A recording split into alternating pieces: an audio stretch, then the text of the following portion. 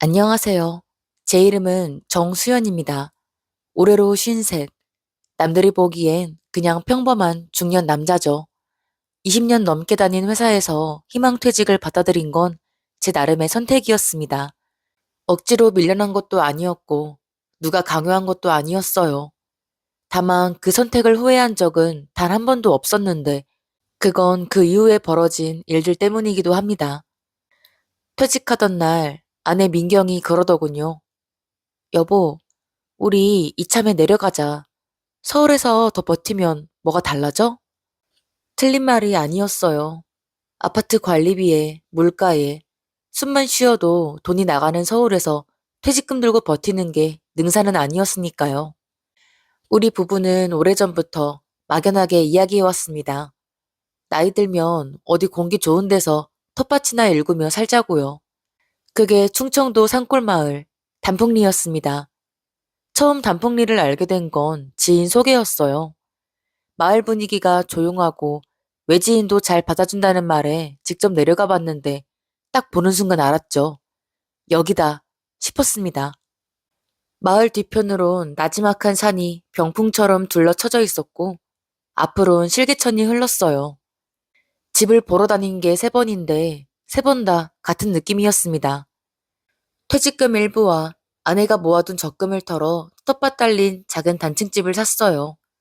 이사 오던 날 민경이 마당에 서서 한참을 그냥 서 있더라고요. 어휴, 공기가 진짜 달라. 숨이 이렇게 시원할 수가 있어? 그 모습이 참 좋아 보였습니다. 그렇게 우리 부부의 단풍리 생활이 시작됐어요. 짐을 다 풀기도 전에 이웃 어르신들이 하나둘 인사를 오셨습니다. 고추장이며 된장이며 챙겨오시는 분들도 계셨고, 그냥 얼굴 한번 보러 왔다며 마당 앞에서 손만 흔들고 가시는 분들도 있었죠. 정겹더라고요. 오랫동안 잊고 살았던 감각이었습니다. 그런데 이사 이틀째 되던 날이었어요. 마을 안쪽으로 산책을 나갔다가 마을 입구 쪽에 유독 눈에 띄는 건물을 하나 발견했습니다. 이런 시골 마을에 있을 것 같지 않은 통유리 외관의 감각 있는 카페였어요. 간판에는 나무 글씨로 오늘의 숲이라고 쓰여 있었습니다. 어머, 여기 카페야? 완전 예쁘다. 저도 솔직히 놀랐어요. 마을 안에 이런 공간이 있을 줄은 몰랐으니까요. 안을 들여다보니 내부 인테리어도 허투루한 게 없었습니다. 원목 테이블에 통창으로 들어오는 햇살이 딱 적당하게 퍼지는 구조였어요. 주말이라 그런지 마을 주민들로 보이는 분들이 몇몇 앉아 계셨고 카운터 뒤에서 커피를 내리고 있는 남자가 보였죠. 나이는 저보다 서너 살은 어려 보였습니다. 키가 훤칠하고 말끔하게 차려입은 사람이었어요. 카운터 밖으로 나와서 어르신들한테 커피 갖다 드리는 모습이 자연스럽고 능숙해 보이더라고요. 우리 부부가 문을 열고 들어서자 그 남자가 먼저 인사를 건넸습니다. 어서 오세요. 혹시 새로 이사 오신 분들 아니에요? 저도 모르게 맞는데요. 하고 대답했습니다. 아, 저 마을 분들한테 말씀 들었어요. 저는 오현태라고 합니다. 여기 카페 운영하면서 눌러 살고 있어요. 잘 부탁드립니다. 인상이 나쁜 사람은 아니었습니다. 웃는 모습이 시원시원하고 말투도 부드러웠어요. 아내가 먼저 명함을 받아들더니 우리 남편도 귀촌한 거 정말 잘 됐다고 생각해요. 라면서 어느새 수다를 떨고 있었죠. 커피도 맛있었고 그날은 그냥 그렇게 좋은 첫인상으로 끝이 났습니다. 그런데 며칠이 지나면서 알게 된 것들이 있었어요. 마을 어르신들 사이에서 오현태 씨가 꽤나 두터운 신뢰를 얻고 있다는 거였죠. 농산물을 카페 음료에 직접 쓴다며 어르신들 수확물을 직접 수매해 주기도 하고 마을 경조사에도 빠지지 않는다고 했어요. 이장 어르신이 저한테도 귀뜸을 해주셨습니다. 정 선생, 오 사장 사람 괜찮아. 귀촌한 지 1년도 안 됐는데 마을에 완전히 녹아들었어. 우리 마을 와서 저 친구만큼 빨리 적응한 사람 처음 봤다니까? 이장 어르신 말씀이 틀리지는 않아 보였어요. 그런데 그 이야기를 듣는 순간 이상하게도 마음 한구석이 슥 서늘해지는 느낌이 들었습니다. 왜 그랬는지는 그때는 몰랐어요. 하지만 그건 그냥 지나가는 감각이 아니었습니다. 단풍리 생활이 한 달쯤 지났을 무렵이었습니다. 마을이 어떻게 돌아가는지 조금씩 눈에 들어오기 시작했어요. 어느 동네나 그렇듯 마을에도 중심이 되는 사람이 있기 마련이죠. 그 중심이 단풍리에선 오연태였습니다. 카페 오늘의 숲은 단순한 커피집이 아니었어요. 어르신들이 수확한 고추며 들깨며 제철 나물들이 카페 한쪽 벽에 예쁘게 전시돼 있었고 메뉴판에도 당당히 이름을 올리고 있었습니다. 할머니, 이번에 가져오신 토마토 단맛이 장난 아니더라고요. 스무디로 만들었더니 손님들이 어디서 재료 구하냐고 난리예요.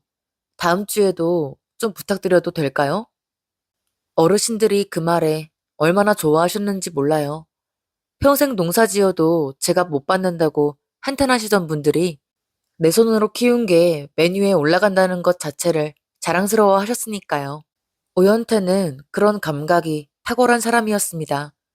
누가 무엇을 좋아하는지, 어떤 말을 들으면 마음이 열리는지를 정확하게 짚어냈어요. 마을 경로당 페인트 칠이 낡았다 싶으면 재료비를 들고 나타났고, 이장 어르신 생신날엔 마을 사람들 다 모아서 깜짝 잔치를 열어드리기도 했습니다. 사람들 입에서 오연태 칭찬이 끊이질 않더라고요. 그러던 어느 날 마을이장 어르신으로부터 연락이 왔습니다. 정 선생, 이번 주 토요일에 마을회관에서 설명회가 하나 열려. 오 사장이 마련한 거야. 한번 와봐요. 나쁜 내용 아니니까. 설명회. 그 단어를 처음 들었을 때 처음엔 별 생각이 없었어요. 귀촌한 지 얼마 안 된 마당에 마을 행사 하나 빠지는 것도 모양새가 좋지 않다 싶어서 아내와 함께 나갔습니다. 마을회관에 생각보다 많은 사람들이 모여 있었어요. 원주민 어르신들부터 최근에 귀촌한 분들까지 20명은 좋게 넘어 보였습니다. 오연태는 앞에 빔 프로젝터까지 준비해놓고 있었어요. 자, 다들 오시느라 수고하셨습니다. 오늘 제가 말씀드릴 건 거창한 게 아니에요. 우리 단풍리를 좀 더 살기 좋은 마을로 만들어보자는 이야기입니다. 목소리가 차분하고 자신감이 넘쳤어요. 단풍리 공동개발 투자조합이라는 제목이 적혀 있었고 마을 지도 위에 펜션 단지며 체험 농장이며 그럴싸한 그림들이 그려져 있었습니다. 요즘 귀촌 귀농 인구가 얼마나 빠르게 늘고 있는지 다들 아시잖아요. 단풍리는 입지가 정말 좋아요. 산도 있고 물도 있고 접근성도 나쁘지 않습니다. 여기에 제대로 된 시설 하나만 갖춰지면 이 마을 완전히 달라져요. 어르신들이 술렁이기 시작했습니다. 오연태는 거기서 멈추지 않았어요. 수익 분배 구조며 예상 수익률이며 준비해온 자료가 꽤나 촘촘해 보였습니다. 조합원으로 참여하시면 투자 금액에 비례해서 수익을 나눠 갖는 구조예요. 최소 참여 금액은 500만 원이고 많이 참여하실수록 수익 비율이 올라가는 방식입니다. 저도 제 전 재산을 여기에 넣을 거예요. 전 재산이라는 말에 사람들 표정이 달라지더라고요. 사기꾼들이 자주 쓰는 말 중 하나라는 걸 그때는 그냥 스쳐 지나갔습니다. 설명회가 끝나고 돌아오는 길에 아내가 먼저 입을 열었어요. 여보, 나쁘지 않은 것 같은데? 오 사장이 준비를 진짜 열심히 했더라. 우리도 좀 생각해봐야 하지 않을까? 저는 그 말에 바로 대답하지 않았습니다. 뭔가 딱 꼬집어 말할 수는 없었지만 가슴 어딘가가 편하지 않았어요. 그냥 기분 탓이겠거니 했죠. 며칠이 지나면서 마을 분위기가 달아오르기 시작했습니다. 이장 어르신이 500을 넣었다는 말이 돌더니 귀촌한 부부 한 쌍이 2천만 원을 넣었다는 이야기도 들려왔어요. 오연태는 그 와중에도 차분했습니다. 서두르거나 압박하는 법이 없었어요. 오히려 그게 더 능숙해 보였죠. 급하게 결정하실 필요 없어요. 충분히 생각해 보시고 들어오셔도 됩니다. 저 도망 안 가요. 여기서 계속 살 사람인데. 그 말에 웃음이 터지는 사람들을 보면서 저는 아무 말 없이 커피잔만 내려다봤습니다. 그날 밤이었어요. 자려고 누웠는데 잠이 오질 않았습니다. 오연태의 말투가 머릿속에서 자꾸 맴돌았어요. 그 차분함, 그 미소, 그 자신감 넘치는 목소리. 어디서 들어본 것 같은데 라는 생각이 자꾸 드는 겁니다. 처음엔 그냥 비슷한 유형의 사람을 어디서 봤나 보다 했어요. 그런데 다음날 아침 카페에 들러 아메리카노를 받아드는 순간이었습니다. 정 선생님은 생각해 보셨어요? 좋아말이에요. 그가 웃으며 건네는 말에 저도 모르게 그의 얼굴을 오래 들여다봤습니다. 이 눈매, 이 말끝을 살짝 올리는 버릇, 그리고 왼손으로 카운터를 두드리는 그 습관. 그 순간 22살의 제가 떠올랐습니다. 아버지 가게가 하루아침에 무너지던 그날 밤이요. 22년 전 일입니다. 아버지는 충주에서 조그만 철물점을 운영하셨어요. 크게 잘 나가는 가게는 아니었지만 그게 우리 집 전부였습니다. 아버지가 그 가게를 위해 30년 가까이 새벽을 열고 밤을 닫으셨으니까요. 그런 아버지 앞에 어느 날 동업자가 나타났어요. 오원규. 나이는 아버지보다 10살쯤 어렸고 인상이 훤하고 말을 참 잘하는 사람이었다고 합니다. 유통망을 넓혀서 같이 크자며 아버지를 설득했고 아버지는 그 말을 믿었어요. 가게 담보로 대출까지 끌어다 공동명의 사업체를 차렸는데 6개월도 안 돼서 오원규는 자금을 몽땅 들고 사라졌습니다. 남은 건 빚뿐이었어요. 가게도 살던 집도 다 넘어갔습니다. 그해 겨울 아버지는 제 앞에서 처음으로 우셨어요. 그리고 그 이후로 다시는 예전 아버지로 돌아오지 않으셨습니다.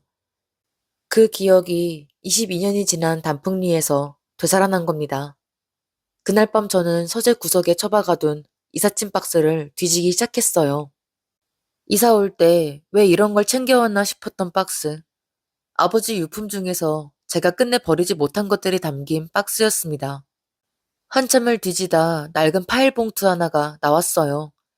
빛바랜 신문 스크랩 몇 장과 민사소송 판결문 사본이 들어있었습니다. 판결문에는 피고인의 이름이 선명하게 찍혀 있었어요. 오원규. 저는 그 이름을 손가락으로 짚으며 오래 들여다봤습니다. 원규, 현태. 성은 그대로 오씨. 이름 두 글자만 바꾼 겁니다. 우리나라에선 개명이 가능하죠. 하지만 성까지 바꾸는 건 사실상 불가능하다는 것도 알고 있었죠. 오원규가 이름을 바꾼다면 성은 오씨로 남을 수밖에 없습니다. 오연태. 딱 들어맞았어요. 하지만 저는 거기서 멈췄습니다. 섣불리 움직이면 안 된다는 걸 직감적으로 알았어요. 22년 전에도 아버지는 그냥 당하기만 했습니다. 주변 아무도 몰랐고 알게 됐을 땐 이미 늦어 있었으니까요. 저는 다르게 해야 했습니다. 다음 날부터 저는 조용히 움직이기 시작했어요. 우선 오연태의 카페에 드나드는 빈도를 조금씩 늘렸습니다. 티 안 나게 그냥 마을 주민으로서 자연스럽게요. 그러면서 그의 말 습관을 하나하나 기억해 두기 시작했어요. 말끝을 올리는 버릇, 왼손으로 카운터를 두드리는 버릇, 상대 말에 동의할 때 맞죠, 맞아요를 2번 반복하는 버릇, 아버지한테 들었던 오원규의 특징들과 하나씩 대조해 봤습니다. 일치하는 게 너무 많았어요. 그러던 중 오연태의 말에서 작은 모순 하나를 발견했습니다. 설명의 날 그는 분명히 이렇게 말했어요. 저 귀촌한 지 딱 1년 됐어요. 카페 차리면서 처음으로 사업다운 사업을 해보는 겁니다. 그런데 어느 날 마을 어르신과 나누는 대화에서 전혀 다른 말이 흘러나왔습니다. 제가 예전에 강원도 쪽에서도 비슷한 걸 해봤거든요. 그때 경험이 있으니까 이번엔 훨씬 잘 될 거예요. 처음으로 사업다운 사업을 해보는 사람이 예전에 비슷한 걸 해봤다고 합니다. 아무렇지 않게 흘리는 말이었지만 저는 그냥 넘어가지 않았어요. 강원도. 그날 저녁 저는 인터넷을 뒤지기 시작했습니다. 귀촌투자 사기, 강원도, 조합, 마을개발. 키워드를 이것저것 조합해서 검색하다 보니 오래된 지역신문 기사 하나가 걸렸어요.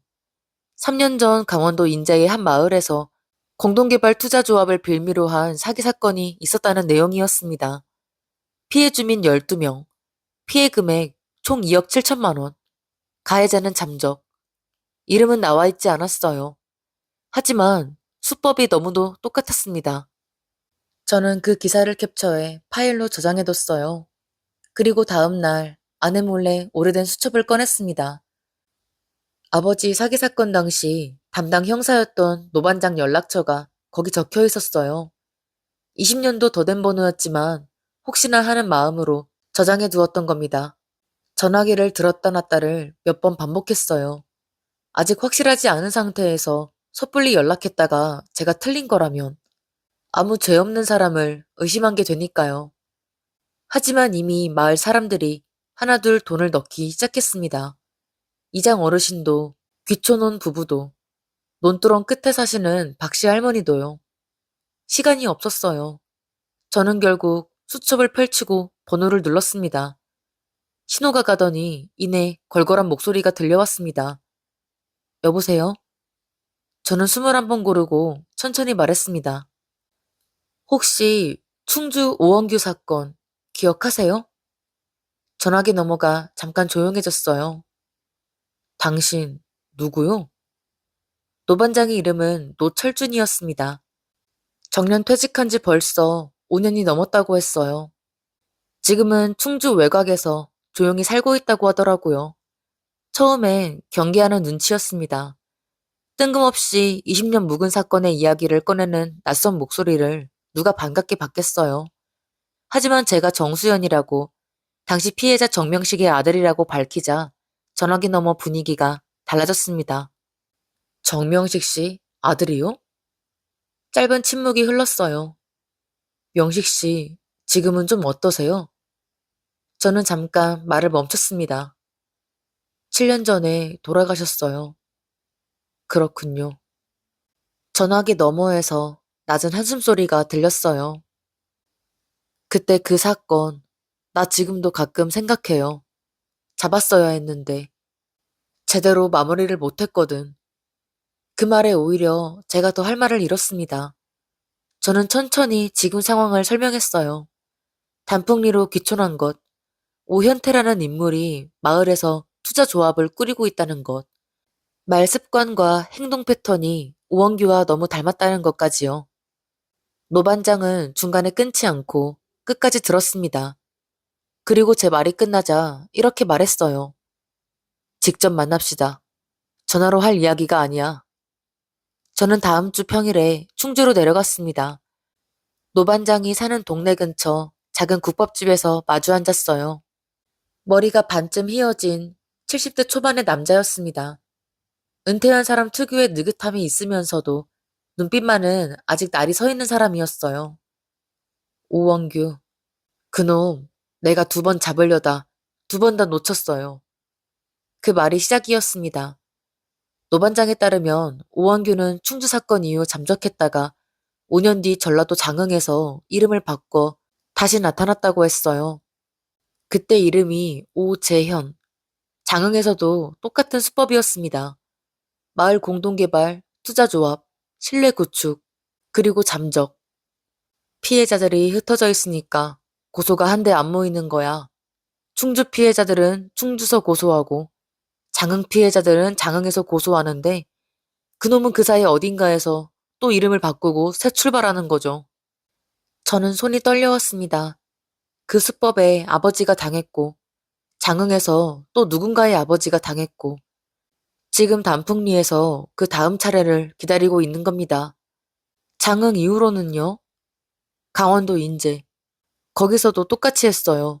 그때 이름이 뭐였냐면 노반장이 낡은 수첩을 꺼내들었습니다. 오성준. 그것도 결국 못 잡았어. 피해자 중 한 명이 합의 봐주는 바람에 사건이 흐지부지 됐거든. 충주, 장흥, 인제, 그리고 이제 단풍리.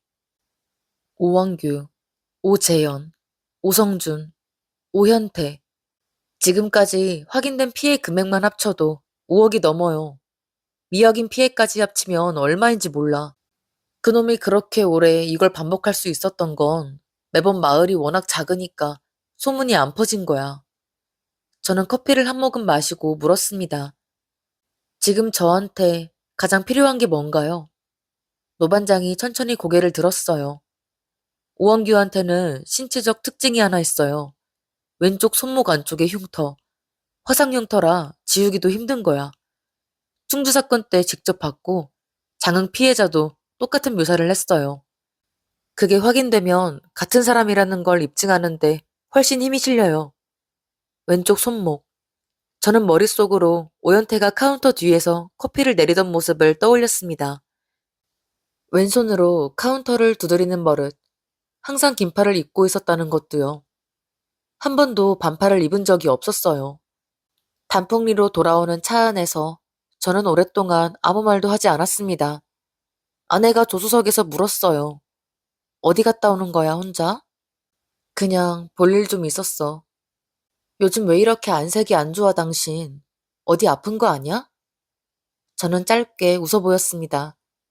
아니야, 괜찮아. 아내한테는 아직 말할 수 없었어요. 확실해지기 전까지는요. 그날 밤 저는 카페 오늘의 숲에서 찍은 오연태 사진들을 하나하나 들여다봤습니다. 웃는 얼굴, 어르신들과 이야기를 나누는 모습, 카운터 뒤에서 커피를 내리는 장면들. 전부 긴팔이었어요. 봄이 지나 제법 더워진 날에도 카페 안에서도 긴팔이었습니다.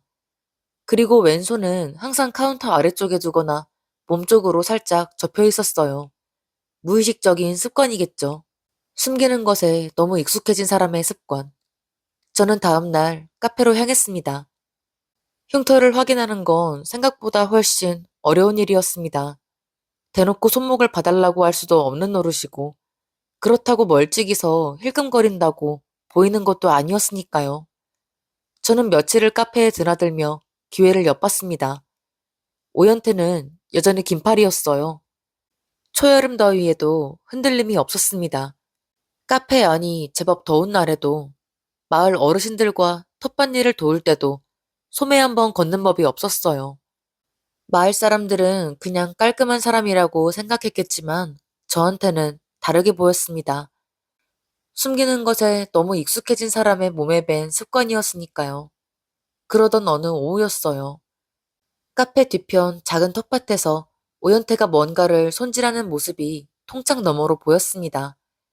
호미로 잡초를 뽑고 있었는데 더위를 못 이겼는지 소매를 걷어 올린 채였어요. 저는 잠깐 멈칫했다가 자연스럽게 카페 옆문 쪽으로 돌아갔습니다. 오 사장님, 저도 텃밭일 좀 도와드릴까요? 귀촌했다고 해도 아직 농사는 영 서툴러서 좀 배워두려고요. 오현태가 고개를 들며 웃었어요. 정 선생님, 이런 거 직접 하시려고요? 뭐 어렵지 않아요. 같이 해봐요. 그가 호미를 내려놓으며 일어서는 순간이었습니다. 소매가 거친 왼쪽 손목이 오후 햇빛에 그대로 드러났어요. 저는 그 자리에서 시선을 고정했습니다. 화상 자국이 분명한 흉터, 오래되고 붉게 굳은 자국이었어요. 노반장이 말한 것과 정확하게 일치했습니다. 저는 찰나에 시선을 거두고 아무렇지 않게 호미를 받아들었어요. 이렇게 하면 되는 건가요? 네, 뿌리째 뽑아야 해요. 그냥 줄기만 끊으면 금방 또 올라오거든요. 뿌리째 뽑아야 한다. 저는 그 말을 들으면서 속으로 그래 맞아 라고 생각했습니다. 그날 텃밭에서 1시간 넘게 오연태 옆에서 잡초를 뽑았어요. 그는 여전히 사람 좋게 웃으며 이것저것 알려줬고 저는 적당히 웃으며 받아쳤습니다. 집으로 돌아오는 길에 손이 조금 떨렸어요. 분노인지 안도인지 모를 떨림이었습니다. 그날 밤 저는 아내가 잡는 걸 확인하고 자정이 넘어서 다시 밖으로 나갔어요. 카페는 당연히 불이 꺼져 있었고 오연태의 차도 보이지 않았습니다. 마을이 워낙 작으니까 이 시간엔 개 짖는 소리 말고는 아무것도 없었어요. 카페 뒤편으로 돌아가니 분리수거통들이 줄지어 있었습니다. 노반장이 넌지시 한 말이 생각났어요. 쓰레기 속에서도 증거는 나오기 마련이에요. 혹시 기회가 되면 살펴봐요. 저는 종이류 분리수거통 뚜껑을 열었습니다. 영수증 묶음, 거래처 납품서, 메모지들이 구겨진 채 들어있었어요. 손으로 바닥까지 훑어 내려가는데 맨 아래 끼어있던 서류 뭉치 하나가 손에 잡혔습니다. 반쯤 구겨진 채로 접혀 있었어요. 꺼내서 펼쳐보는 손이 떨렸습니다. 은행 계좌이체 확인서였어요. 발신계좌는 단풍리 공동개발투자조합 명의였고 수신계좌는 경기도 어딘가의 법인 명의였습니다. 금액은 총 3건으로 나뉘어 있었는데 합산하면 6,800만 원이었어요. 조합이 출범한 지 2달도 채 안 된 시점이었습니다. 저는 그 자리에서 한동안 그 종이를 내려다봤어요. 조합에 들어간 마을 사람들 투자금 일부가 이미 외부 계좌로 빠져나가고 있었던 겁니다. 오연태는 조합이 완성되는 걸 기다리는 게 아니었어요. 이미 조금씩 빼내면서 타이밍을 재고 있었습니다. 단풍리를 떠날 날짜를 머릿속에서 계산하고 있는 사람이었던 거죠. 저는 서류를 사진으로 찍고 조심스럽게 다시 접어 통 안에 넣어뒀습니다. 증거를 없애는 건 제가 할 일이 아니었으니까요. 집으로 돌아오는 짧은 길이 그날따라 유독 길게 느껴졌어요. 거실불도 켜지 않고 그냥 의자에 앉아 한참을 있었습니다. 마을 어르신들 얼굴이 하나하나 떠올랐어요. 이장 어르신, 귀촌온 부부, 논두렁 끝 박씨 할머니. 그분들이 평생 모은 돈을 들고 오연태 앞에서 웃던 모습들이요. 아버지 얼굴도 떠올랐습니다. 22년 전 오원규라는 이름의 남자 앞에서 똑같이 웃었을 아버지요. 저는 눈을 감고 숨을 골랐습니다. 다음 날 아침 일찍 저는 노반장에게 전화를 걸었어요. 이체 확인서 사진을 먼저 문자로 보냈습니다. 잠시 후 전화기가 울렸어요. 이거 어디서 났어요? 분리수거통이요. 잘했어요. 수거물은 소유권이 없으니까 증거로 쓰는데 문제 없어요. 흉터도 확인했어요. 왼쪽 손목, 화상 흉터 맞습니다. 직접 봤어요. 전화기 너머로 짧은 침묵이 흘렀습니다. 이제 움직일 수 있겠네. 내가 장흥이랑 인재 피해자 중에 아직 연락 닿는 분들한테 연락해 볼게요. 이번에 고소를 한 대 모아야 해요. 흩어지면 또 빠져나가거든. 얼마나 걸릴까요? 빨리 움직여야 해요. 저 서류 보면 벌써 발 빼려는 거거든. 마음 같아서 지금 당장이라도 경찰서에 가고 싶겠지만 고소인이 여럿이어야 사건이 묻히질 않아요. 단독 고소는 합의로 끝날 가능성이 높아요. 조금만 더 참아요. 알겠습니다. 전화를 끊고 저는 오래 창밖을 내다봤습니다. 마을 입구 쪽에서 카페 오늘의 숲 간판이 아침 햇살을 받아 반짝이고 있었어요. 오늘도 오연태는 저 안에서 웃으며 어르신들 커피를 내려줄 겁니다. 아무것도 모른다는 듯, 아무 일도 없다는 듯이요.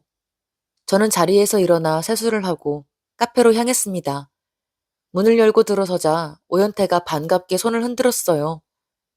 정 선생님, 오늘도 아메리카노요? 저는 고개를 끄덕이며 자리에 앉았습니다. 네, 오늘도 잘 부탁드립니다. 그가 커피를 내리는 동안 저는 그의 왼손을 바라봤어요. 오늘은 다시 긴팔이었습니다. 저는 따뜻한 커피잔을 받아들고 조용히 한 모금 마셨습니다. 이제 제가 할 일은 하나였어요. 저 사람이 아무것도 눈치채지 못하게 끝까지 웃으면서 기다리는 것.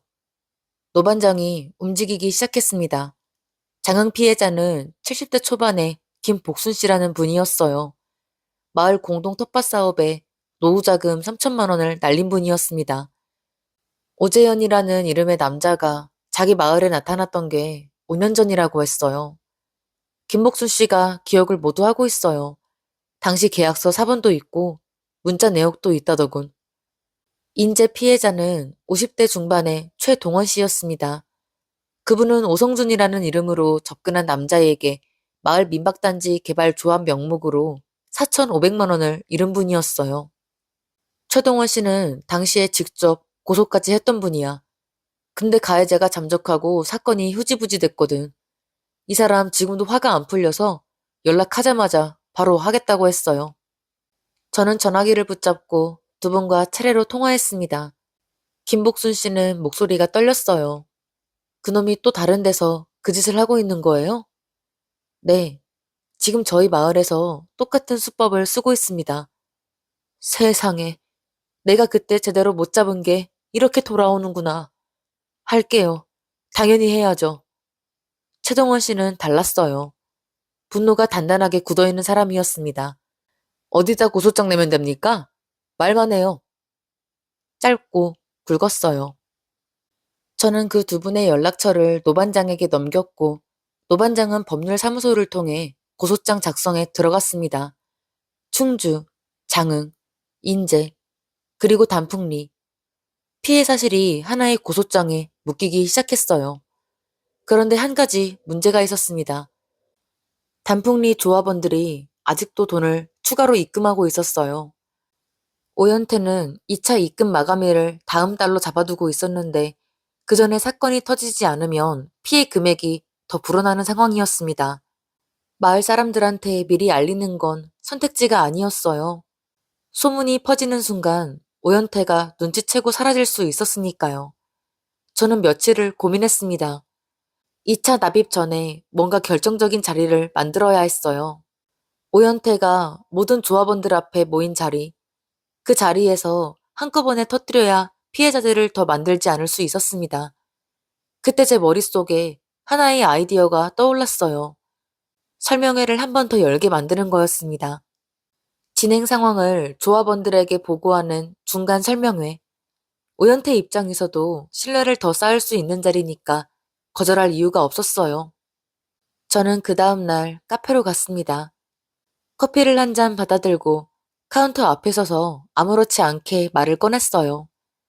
오 사장님, 저 하나만 여쭤봐도 될까요? 그럼요. 말씀하세요.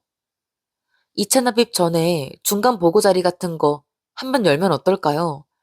마을 어르신들이 요즘 기대를 많이 하고 계시거든요. 진행 상황을 한번 들으면 더 신뢰가 생기지 않을까 싶어서요. 오연태가 잠깐 저를 봤습니다. 정 선생님이 그런 생각을 다 해주시네요. 맞아요. 그게 맞죠. 중간에 한번 소통하는 게 맞아요. 그는 흔쾌히 수락했습니다. 이 마을 분들 진짜 열정적이에요. 다른 데보다 훨씬 빠르게 돌아가는 것 같아.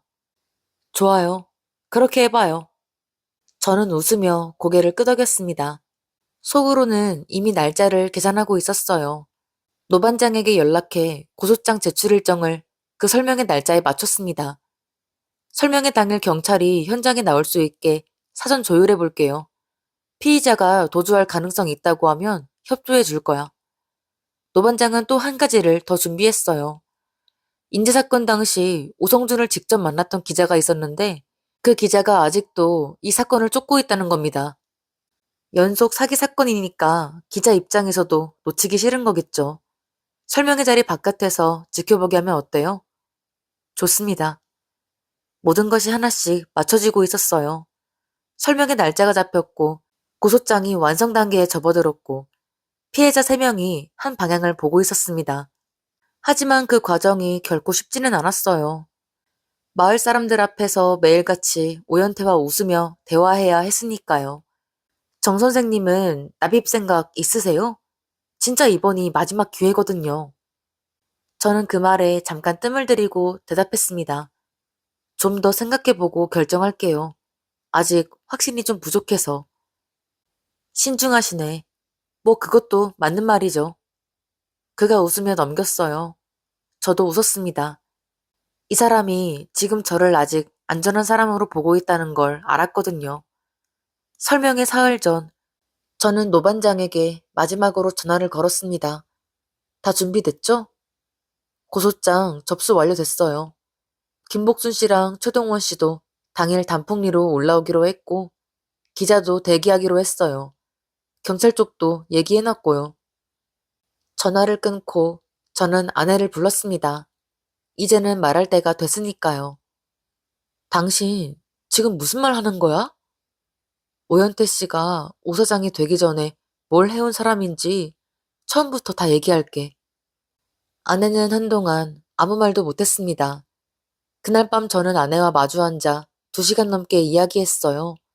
말을 다 듣고 난 아내가 낮게 물었습니다. 나한테 왜 이제 말해?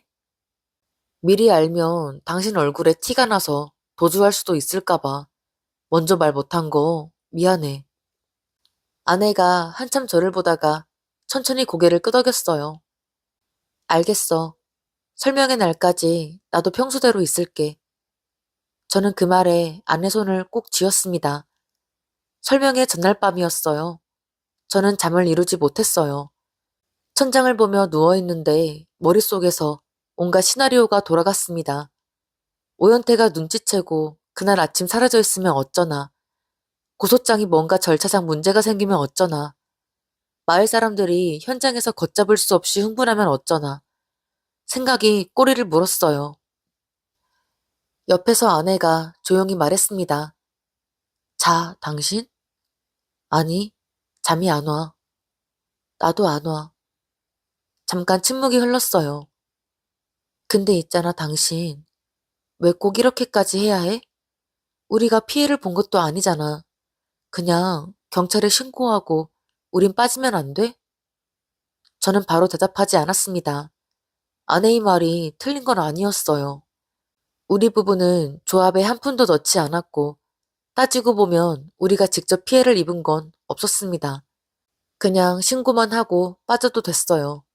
하지만 저는 그렇게 할 수가 없었습니다. 아버지가 당하고 나서 아무도 안 막아줬잖아. 그때 누군가 한 명이라도 나섰으면 달랐을 거야. 우리 아버지 인생이 달라졌을 수도 있어. 아내가 아무 말도 하지 않았어요. 나는 막을 수 있어. 이번엔 내가 막을 수 있는 자리에 있어. 그냥 눈 감고 지나가면 나 평생 후회해. 알아. 당신이 왜 그러는지 알아. 그냥 내가 무서운 거야. 저는 천천히 아내 쪽으로 돌아 누웠습니다. 나도 무서워. 근데 내가 감정적으로 움직이는 거 아니야. 처음부터 끝까지 계산한 거야. 내일도 그렇게 할 거야. 아내가 한숨을 내쉬고 제 손을 잡았어요. 알겠어. 나 내일 집에 있을게. 끝나면 바로 연락해. 그렇게 그날 밤이 지났습니다. 설명회 당일 아침이었어요. 저는 평소보다 일찍 일어나 세수를 하고 밥을 먹었습니다. 아내가 밥상을 차려주면서 아무 말도 하지 않았어요. 다 먹고 일어서는 저한테 짧게 말했습니다. 잘하고 와. 저는 고개를 끄덕이고 문을 나섰어요. 마을회관으로 가기 전에 카페 앞을 한번 지나쳤습니다. 오늘의 숲 간판 아래 카페 불이 켜져 있었어요. 오연태의 차가 주차돼 있었고 안에서 그가 커피 기계를 세팅하는 모습이 보였습니다. 평소와 다를 것 없는 아침이었어요. 저는 그냥 지나쳤습니다. 마을회관 뒤편 공터에는 이미 노반장이 와 있었어요. 옆에 낯선 얼굴의 중년 여성과 50대 남성이 서 있었습니다. 김복순 씨와 최동원 씨였어요. 김복순 씨는 생각보다 작고 마른 분이었습니다. 하지만 눈빛이 단단했어요. 정수현 씨가 연락해 주셔서 정말 다행이에요. 저 혼자 이걸 붙잡은 게 5년이었거든요. 최동원 씨는 악수를 청하며 말했습니다. 잡읍시다. 이번엔 꼭. 저는 두 분께 오늘 흐름을 설명했어요. 설명회가 시작되고 오연태가 앞에 나서면 제가 먼저 말을 꺼낼 것. 그 다음 노반장이 문을 열고 들어오고 두 분이 뒤따라 들어올 것. 마을 사람들이 현장에서 동요하지 않도록 최대한 차분하게 진행할 것. 경찰은 마을 입구 쪽에서 대기 중이라고 했어요. 설명회장 안에서 신호가 오면 진입하기로 돼 있었습니다. 기자는 마을회관 바깥 처마 아래에서 대기하기로 했어요. 들어가서 흥분하면 안 돼요. 감정이 앞서면 오히려 저쪽에 빌미를 줘요. 정수현 씨가 끝까지 차분하게 이끌어야 해. 저는 알겠다고 했습니다. 사실 그 말이 필요 없을 만큼 저는 이미 차가워져 있었어요. 22년 동안 쌓인 게 많다고 해서 그게 다 감정으로 터져 나오는 건 아닙니다. 오히려 너무 오래 묵은 건 단단하게 굳더라고요. 설명의 시간이 됐습니다. 마을회관 안으로 들어서니 20명 남짓한 사람들이 이미 자리를 잡고 있었어요. 이장 어르신, 귀촌한 부부들, 논두렁 박씨 할머니, 모두 기대에 찬 얼굴이었습니다. 오연태는 앞쪽에 서서 사람들과 인사를 나누고 있었어요. 오늘도 긴팔이었고, 오늘도 웃고 있었습니다. 그가 저를 발견하고 손을 들었어요. 어, 정 선생님, 이렇게 다 모이니까 좋죠? 저는 고개를 끄덕이며 자리에 앉았습니다. 네, 이렇게 다 모이는 게 맞죠. 그 말에 그는 아무런 이상함도 느끼지 못했어요. 설명회가 시작됐습니다. 오연태는 능숙하게 앞에 나서서 그간의 진행 상황을 설명하기 시작했어요. 슬라이드를 넘기며 수익 구조와 일정을 이야기하는 그의 목소리는 여전히 차분하고 자신감이 넘쳤습니다. 마을 사람들이 고개를 끄덕이고 있었어요. 저는 그 모습을 보면서 주머니 안에 손을 넣었습니다. 판결문 사본, 이체 확인서 사진 출력본, 신문 스크랩, 차곡차곡 접혀 있는 것들을 손끝으로 짚었어요. 오연태가 슬라이드 마지막 장을 넘기며 말했습니다. 자, 이번 2차 입금이 마무리되면 본격적인 착공에 들어갑니다. 단풍리가 달라지는 걸 다들 직접 보시게 될 거예요. 박수 소리가 나오려는 순간이었습니다. 저는 자리에서 일어섰습니다. 잠깐만요. 제 목소리가 조용했지만 마을회관 안이 한 번에 잠잠해졌습니다. 오연태가 고개를 돌렸어요. 눈이 마주쳤습니다. 그의 표정은 아직 여유로웠어요. 정 선생님, 뭐 질문 있으세요? 질문이 아니라 드릴 말씀이 있어서요. 잠깐 시간 좀 주세요.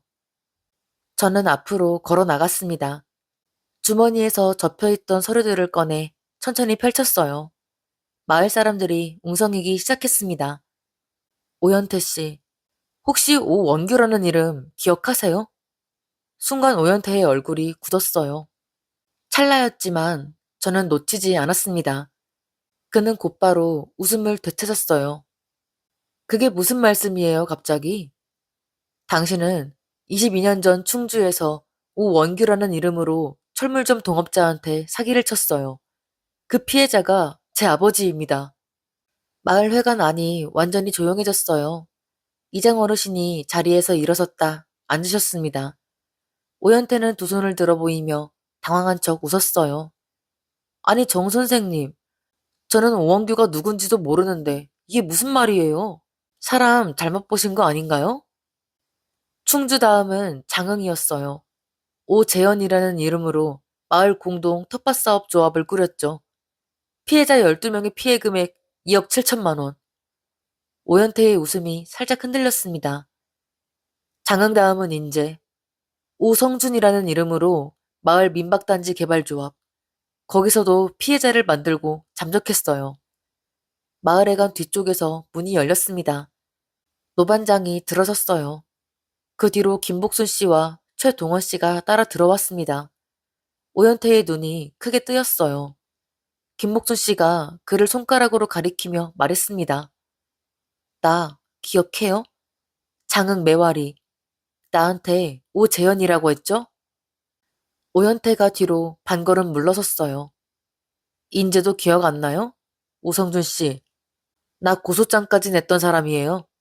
마을 사람들 사이에서 웅성거림이 터져나오기 시작했습니다. 이게 무슨 일이야? 오 사장, 이 사람들이 하는 말이 뭔 소리야? 오연태는 잠깐 방 안을 둘러보더니 자세를 바꿨어요. 표정이 달라졌습니다. 여유롭고 친근하던 그 얼굴이 아니었어요. 증거도 없이 사람 잡는 거예요, 지금? 이거 명예훼손이에요. 저 법적으로 대응합니다. 저는 손에 들고 있던 서류를 앞에 놓인 테이블에 펼쳤습니다. 증거요? 이건 조합명의 계좌에서 외부 법인 계좌로 이체된 확인서예요. 조합이 생긴 지 2달 만에 6,800만 원이 빠져나갔습니다. 여기 있는 분들이 넣은 돈이에요. 그 말이 터지는 순간이었습니다. 마을회관 분위기가 완전히 뒤집혔어요. 귀촌 부부 중 남편이 자리에서 벌떡 일어섰습니다. 뭐요? 그 돈이 벌써 빠져나갔다고요? 박씨 할머니가 앞자리에서 몸을 일으키시며 소리를 높이셨어요. 이 사람아, 내 돈 어디 갔어? 내 돈 내놔. 그리고 이건 충주 민사소송 판결문 4번이에요. 피고인 오원규. 왼쪽 손목 화상 흉터는 제가 직접 확인했습니다. 오연태가 자신도 모르게 왼쪽 손목을 오른손으로 감쌌어요. 그 순간이었습니다. 이장 어르신이 자리를 박차고 앞으로 나오셨어요. 야, 이 사람아, 소매 걷어봐. 지금 당장 걷어보라고. 오연태가 뒷걸음질을 쳤습니다. 그러자 마을회관 안이 한꺼번에 터져버렸어요. 여기저기서 고함 소리가 쏟아졌습니다. 내가 2천을 넣었어, 2천을. 이거 다 사기였던 거야? 내 노후 자금이라고. 죽기 전에 뭐라도 해보려고 넣은 거란 말이야. 이 나쁜 놈아. 할머니가 오연태를 향해 달려드셨어요. 지팡이를 짚고 계셨는데도 어찌나 빠르시던지 저도 미처 막지 못할 뻔했습니다. 귀촌혼부부 남편도 오연태 멱살을 향해 손을 뻗었어요. 이 사기꾼, 내 돈 내놔. 오연태가 뒤로 넘어지듯 비틀거렸습니다. 노반장이 소리쳤어요. 잠깐, 다들 잠깐만요. 경찰이 옵니다. 손대시면 안 돼요. 바로 그 순간 마을회관 문이 열렸습니다. 경찰 2명이 안으로 들어섰어요. 하지만 흥분한 마을 사람들이 쉽게 가라앉질 않았습니다. 귀촌온 부부 남편은 경찰이 들어서는 걸 보고서야 겨우 손을 내렸어요. 박씨 할머니는 눈물을 흘리시면서도 오연태를 향해 손가락질을 멈추지 않으셨습니다. 저놈 잡아가요. 저놈이 우리 다 털어먹은 놈이에요. 잡아가서 제발 내 돈 좀 찾아줘요. 경찰이 오연태 쪽으로 다가서자 그는 마지막으로 한 번 더 시도했습니다. 잠깐만요. 이거 다 오해예요. 제가 설명할 수 있어요. 오해면 경찰한테 설명하면 되겠네요. 이장 어르신 목소리가 낮고 무거웠습니다. 오연태는 더 이상 말을 잇지 못했어요. 귀촌온 부부 남편이 주저앉아 머리를 감쌌고 이장 어르신은 기둥에 손을 짚고 눈을 감으셨습니다. 마을회관 바깥에서 대기하던 기자가 끌려나가는 오연태의 모습을 카메라에 담았어요. 오연태는 카메라를 보는 순간 고개를 푹 숙였습니다. 저는 마을회관 문 앞에 서서 그 뒷모습을 봤습니다. 오원규, 오재현, 오성준, 오연태. 이름은 4번 바뀌었지만 결국 같은 자리에서 끝이 났어요. 조합 계좌는 즉시 동결됐고 이미 빠져나간 금액에 대한 추적도 시작됐습니다. 피해 금액 전액 회수는 시간이 걸리겠지만 마을 사람들이 추가 피해를 입는 건 막을 수 있었어요. 그로부터 사흘 뒤 저는 아버지 산소를 찾았습니다. 충주에서 2시간 가까이 걸리는 작은 마을 공동묘지였어요. 벌초를 나고 술 한 잔을 따라 올리고 나서 한동안 그냥 앉아 있었습니다. 바람이 불었어요. 저는 주머니에서 충주 민사소송 판결문 4번을 꺼냈습니다. 그리고 그 옆에 경찰 사건 접수 확인서를 나란히 올려뒀어요. 말은 하지 않았습니다. 아버지는 아실 거라고 생각했으니까요. 단풍리로 돌아오는 길에 아내가 조수석에서 물었어요. 이제 좀 어때? 홀가분해. 잘했어 당신. 정말. 마을은 한동안 술렁였습니다. 오늘의 숲 카페는 폐업 신고가 들어갔고 통유리 안쪽은 텅 비어 있었어요. 마을 어르신들이 그 앞을 지나실 때마다 한 번씩 고개를 돌리시는 게 보였습니다. 이장 어르신이 어느 날 저를 찾아오셨어요. 정 선생한테 뭐라 해야 할지 모르겠네. 미안하기도 하고 고맙기도 하고. 미안하실 거 없어요. 어르신 잘못이 아니니까요. 이장 어르신이 한참 저를 보시다가 손을 내미셨습니다. 저는 2손으로 잡았어요. 어느 저녁 아내가 마당에 나와 하늘을 올려다보며 말했습니다. 우리 이러려고 이 마을에 넘어왔던 걸까? 저는 그 옆에 서서 같이 하늘을 봤어요. 단풍리에 오지 않았다면 오원규는 또 다른 마을로 넘어갔겠죠. 또 다른 이름을 달고 또 다른 사람들 앞에서 웃으면서요. 저는 마당 평상에 앉아 오랫동안 그 생각을 했습니다. 뿌리째 뽑아야 한다고 그가 스스로 말했어요. 결국 뽑힌 건 그였습니다. 22년이라는 시간이 흘렀어도 정수현 씨는 아버지를 잊지 않았습니다. 억울하게 무너진 삶을, 다시는 일어서지 못했던 그 뒷모습을요. 그리고 그 기억이 결국 단풍리에서 또 다른 누군가의 아버지를, 누군가의 노후를 지켜냈습니다. 사기꾼은 늘 신뢰를 먹고 삽니다. 선량한 사람일수록, 열심히 살아온 사람일수록 더 쉽게 무너지죠. 하지만 오늘 사연이 우리에게 말해주는 건 한 가지입니다. 끝까지 조용히 기다린 사람이 결국 마지막에 서 있었다는 것을요. 황혼의 편지함을 찾아주신 여러분, 오늘도 끝까지 함께 해주셔서 진심으로 감사드립니다. 혹시 주변에 비슷한 일을 겪고 계신 분이 있다면 오늘 이 사연이 작은 용기가 되었으면 좋겠습니다. 다음 편지함에도 여러분의 이야기가 기다리고 있으니 구독과 좋아요로 함께 해주시면 더 많은 분들께 닿을 수 있습니다.